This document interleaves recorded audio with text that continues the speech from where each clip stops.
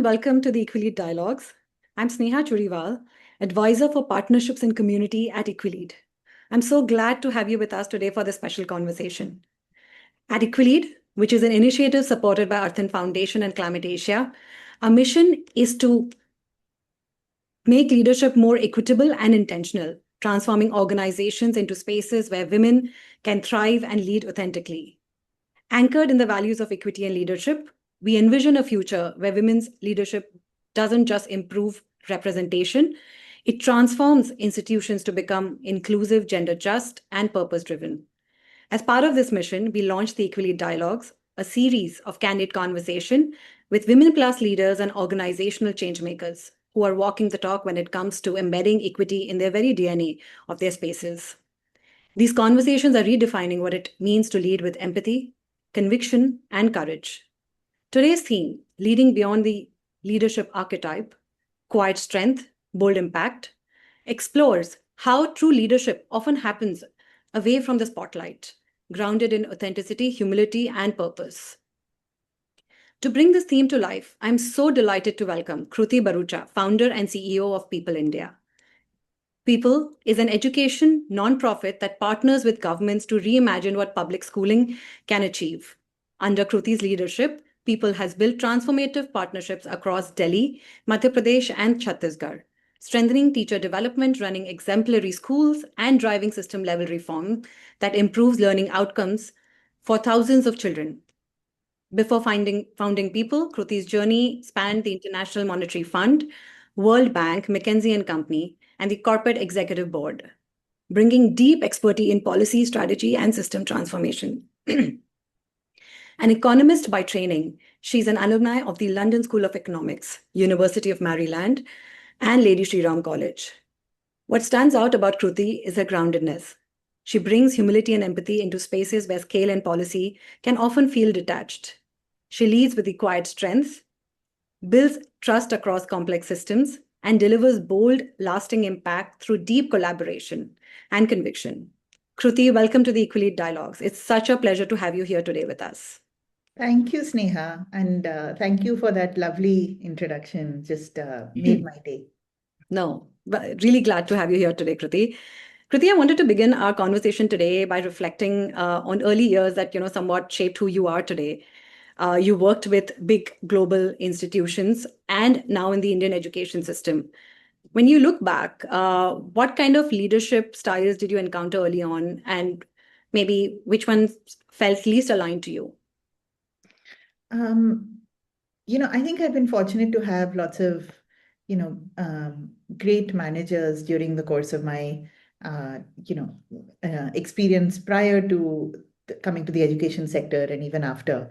I think that, everywhere there was a lot of learning to be had. I think my managers always role modeled and helped me clarify expectations. So I always felt that, my managers were able to teach me something and I was able to kind of go to them and ask questions.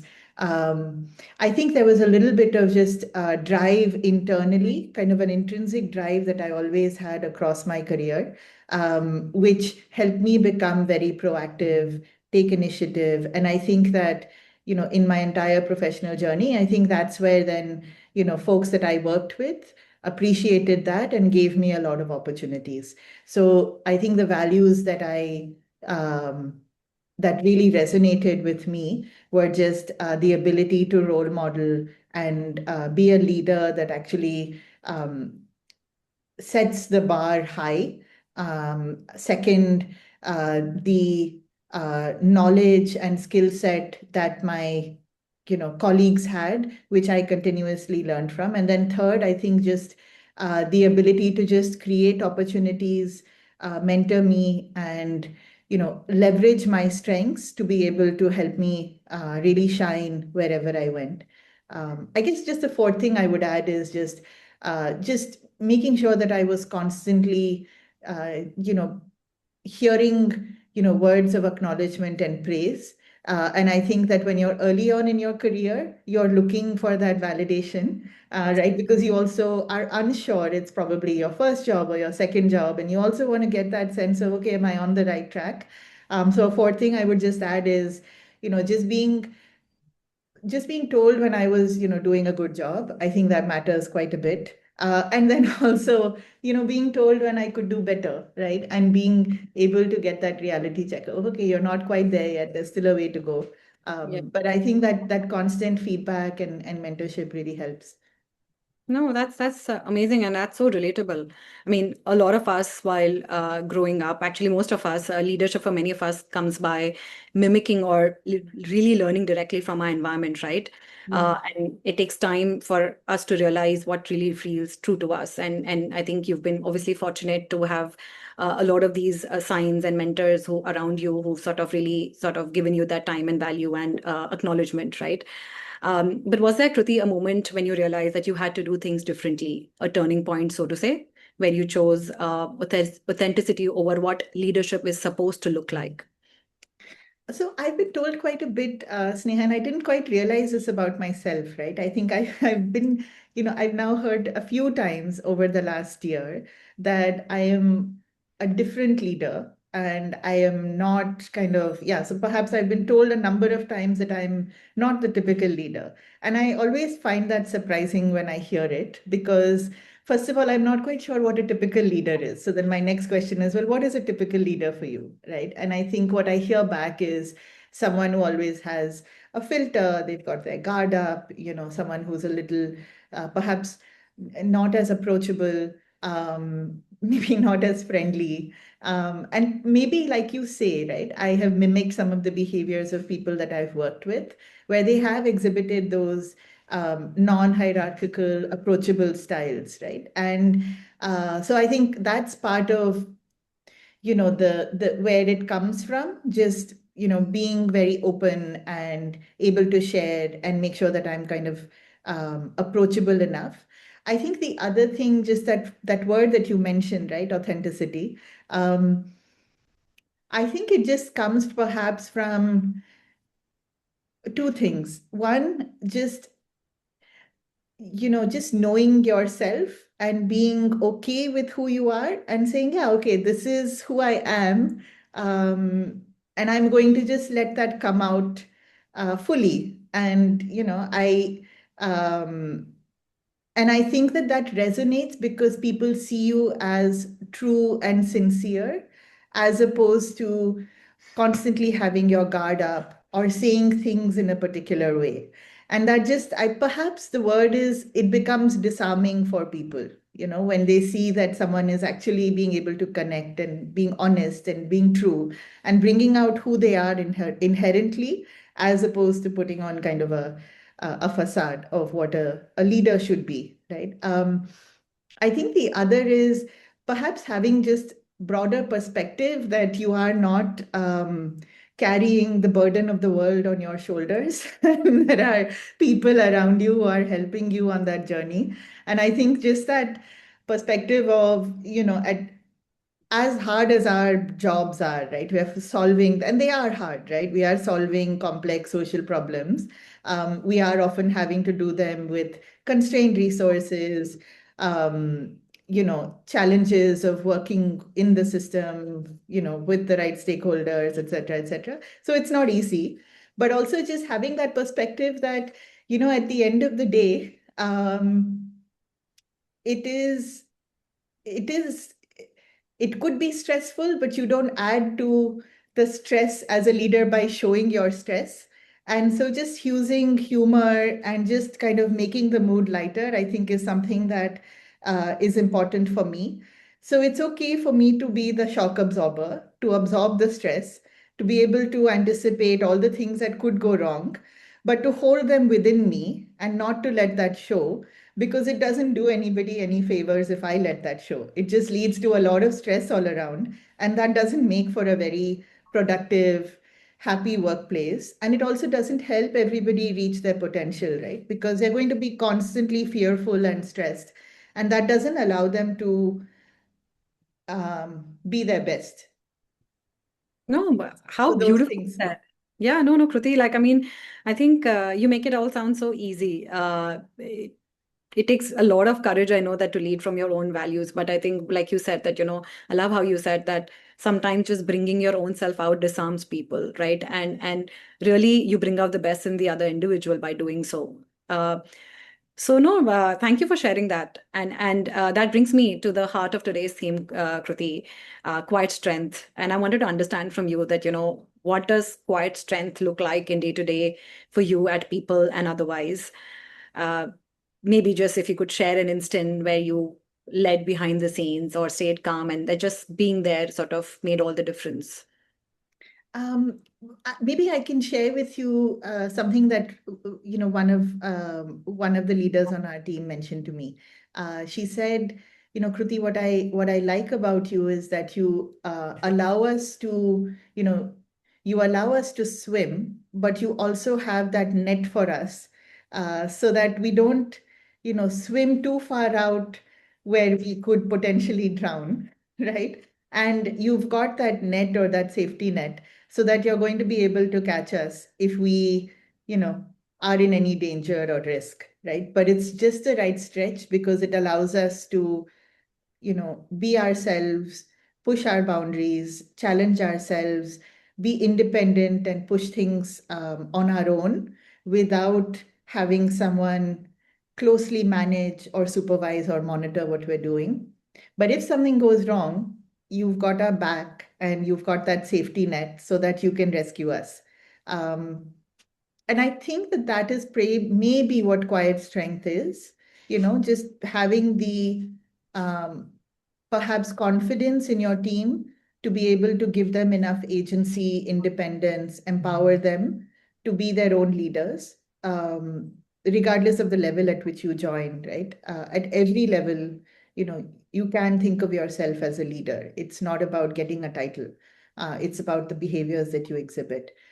So it's having the confidence to be able to let them lead, but then also making sure that as the person who is ultimately responsible and accountable, making sure that I am able to, pull them back so that they are, not, um, going in a particular direction or kind of completely going off course. And then, of course, that's a little bit like helping them get enough reps and practice until uh, they can fully, go on their own, and I don't need to be that safety net anymore, right? So I think perhaps that's one example that, maybe showcases what I think quiet strength is. I think the other thing is, in my head, always having a view of how different scenarios will play out and using my instinct to come up with, okay, what's the most probable scenario?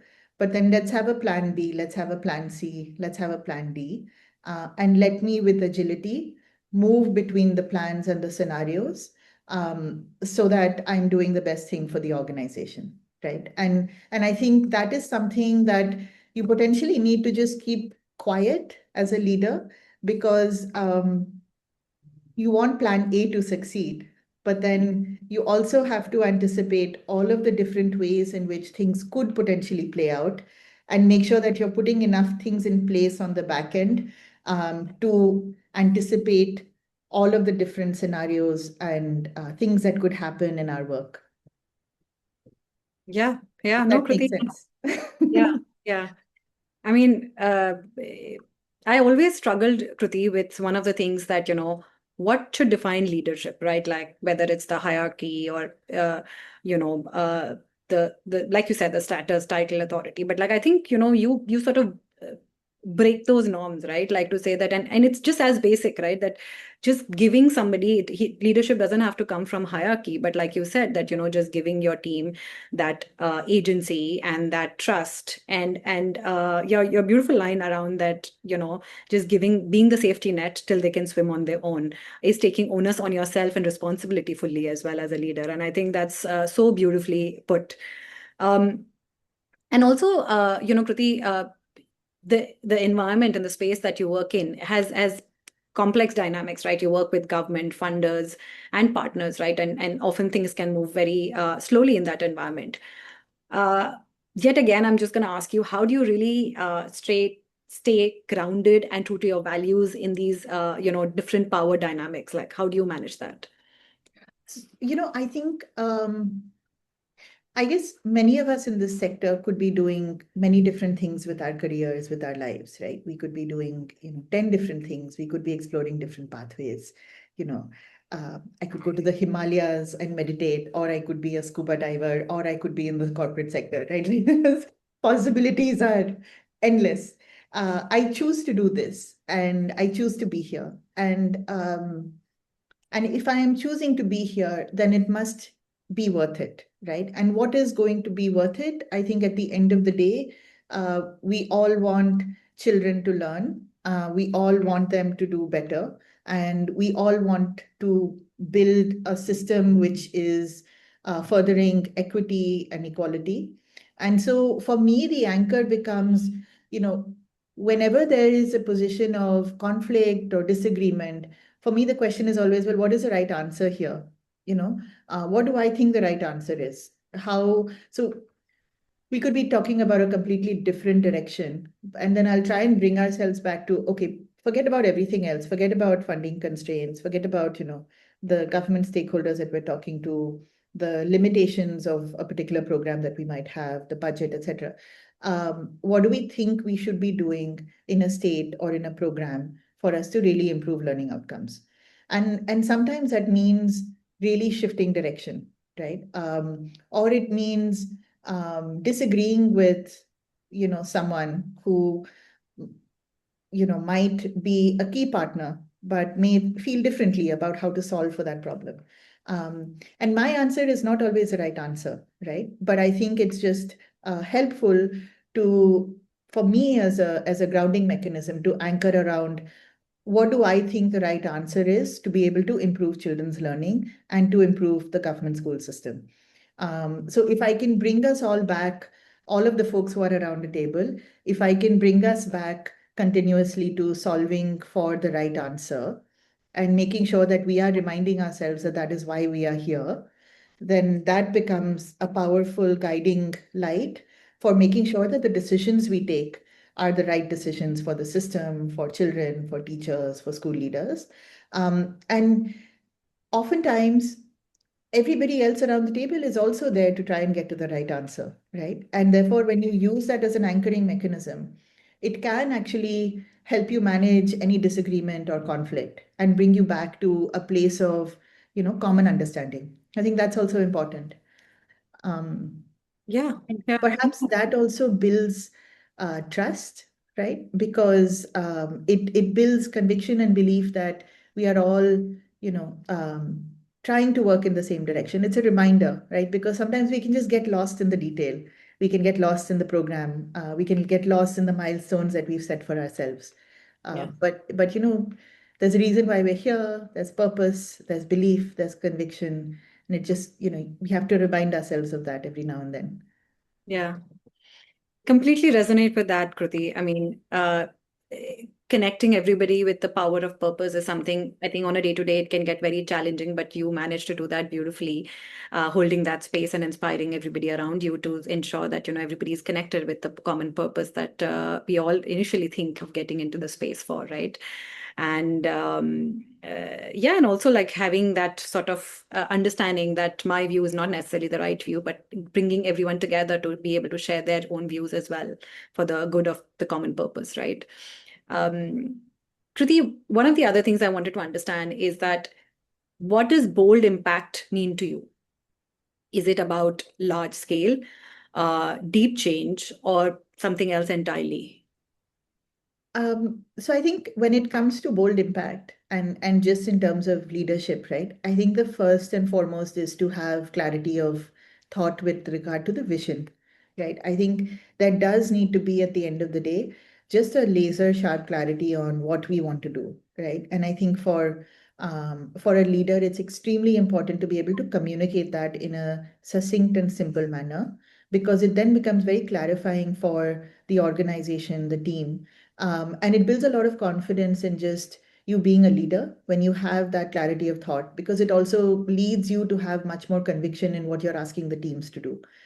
So I think before we actually get to kind of what does impact mean or what does bold impact mean, I think there has to be clarity of thought around just what that vision is, and what are we trying to achieve. And there, I think that is where, in terms of bold impact, you could be again trying lots of different pathways. And there's again, um, um, different organizations have chosen different pathways in terms of what they think the right answer for impact should be. For me, it is really raising uh, all levels of performance within a large scale government school system, right? And therefore, that means across all layers and all stakeholders within a system, whether it is your additional director education or your cluster academic coordinator or your school leader or your teacher, just raising the expectation and performance of each of those individuals within the system, so that as a collective, that system just raises its average in terms of performance, right? And learning. And so for me, if we can make that happen across entire systems, and what that means is that you need to have like an all-in philosophy, right? When you work in a state. For me, it's not about, working in selective areas or selective districts when we enter a new geography. It's about, having a vision for an entire state, how to kind of be transformative in terms of learning outcomes for an entire region or a geography, and then working at both breadth and depth to be able to showcase. At depth, what I think we try to do is we try and demonstrate and showcase, right? So in Madhya Pradesh, for example, in the Sandipani schools, the 274 schools are our showcase of what is possible, right? And we want to raise the bar, and we want to show that it's not a pipe dream, right? We've actually been able to demonstrate it. We've been able to work with the system to bring about that change. And then when you work at scale, let's say with 50,000 schools, through your teacher professional development work or your digital education work, there it's about actually taking a lot of the lessons in your demonstration schools and then saying, okay, how do we translate that at scale with all different stakeholders? But you've got evidence that it works, and then you're actually iterating and taking it to scale. So that's why there is depth in terms of being able to showcase what is possible. And then there is breadth in terms of replication of those practices that really lead to significant change. Yeah. Yeah. No, what I hear, Kruti, is like what you're saying is that at the end of the day, it is about making sure that in your ecosystem, no one is left behind, right? Like you set standards, higher standards for every individual, which sort of makes the ecosystem and as a result has a system level impact that you just spoke about. So that's a beautiful and a refreshing take on, what impact can be. And it doesn't necessarily have to be, so to say, in a traditional term, bold impact, right? And just, for the larger group, that audience that who's watching us today, I wanted to ask another question around, how many women don't fit the idea of a traditional leader, right? Idea of what usually people take on as leader, right? What would you say to these women who feel unseen or unheard because of that? So your thoughts on that?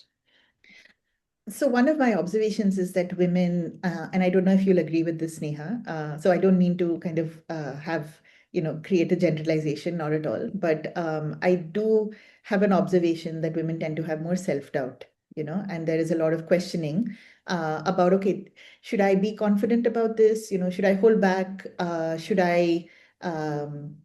I fully endorse what I'm really thinking in my head?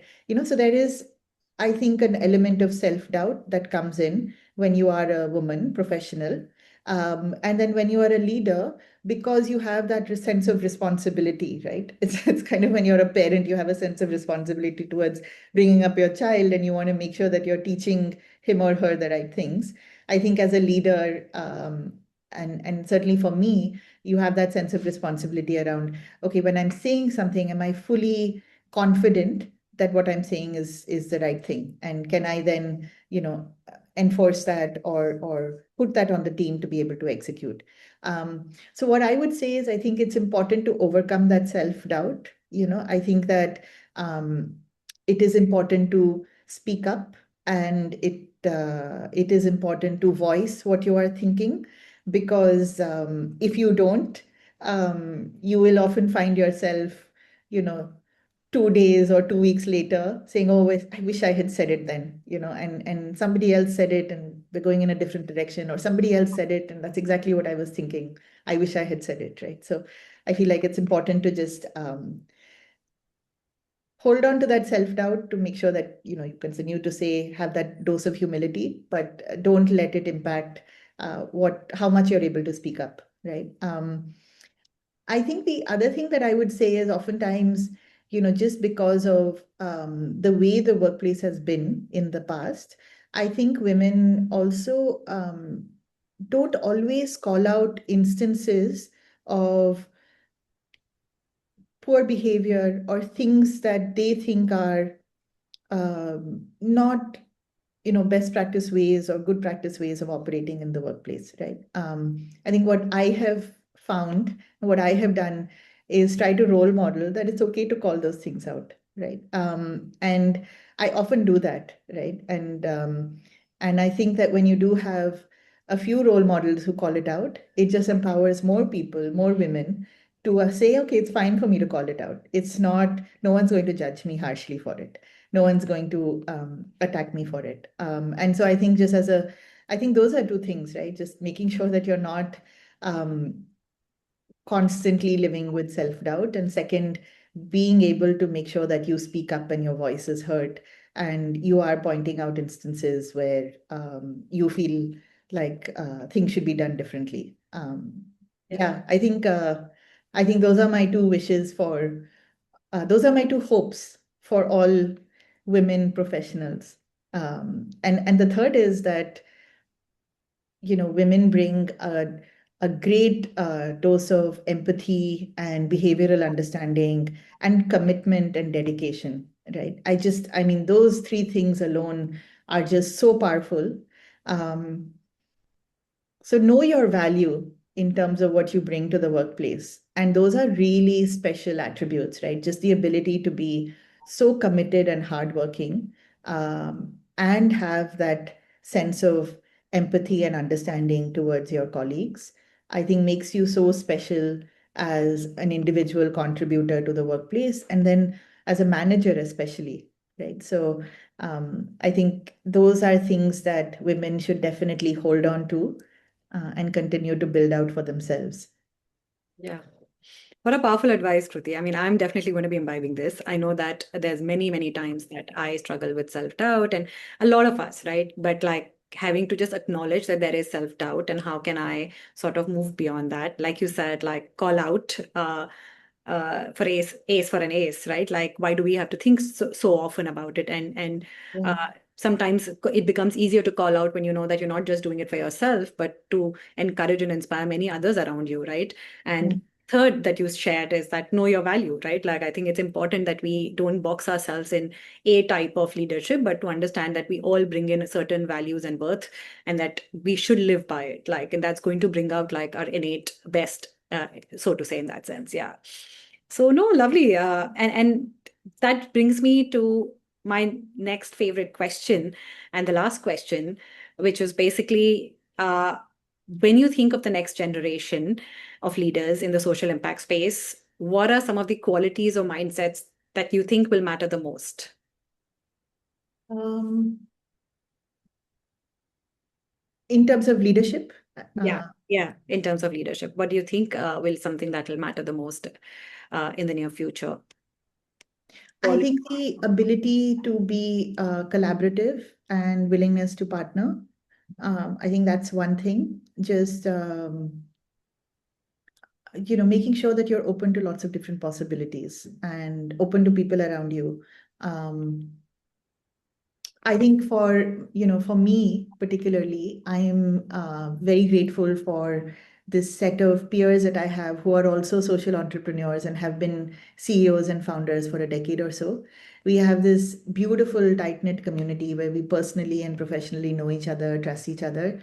And I know that if I reach out to any of them, I'll get a message and I'll get a reply in, less than a couple of hours.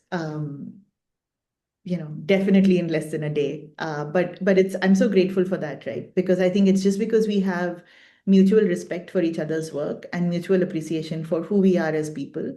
And we genuinely just want to be there and help each other out, right? And this is a community of 30, 40, definitely, a combination of education, nonprofit CEOs, and from other sectors as well. And it just feels like we are in this together. So I think just having that sense of being collaborative, being open, wanting to help others, I think is something that I think um, I think the sector could really benefit from. I think the other is, keeping the bar high in terms of what we're really trying to achieve and being honest about what we are achieving and where we might be falling short.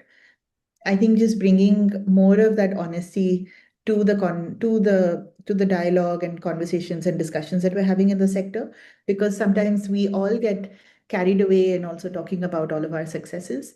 Not everything is going to be a success, right? Sometimes there are going to be mixed results, and I think that's okay. I mean, of course, you want to try for always having an improvement and positive delta. But, at the end of the day, you are dealing with children's learning. There is a lag in terms of your intervention and when you actually see that translate into the school system when you're not directly implementing. And also, other things will happen. The world keeps turning. You will get exogenous shocks also to the system, right? So, being able to be honest about what's working well and what are your highs, and then what are the things that you could just, honestly be doing better that you can share with others, right? And the way that you can do that is when you have enough of a safe space in the broader community, right? So I think when you are able to be open, honest, and share, I think it provides a safe space for others to also share in a similar manner. Um, those are two things. And then I think a third is,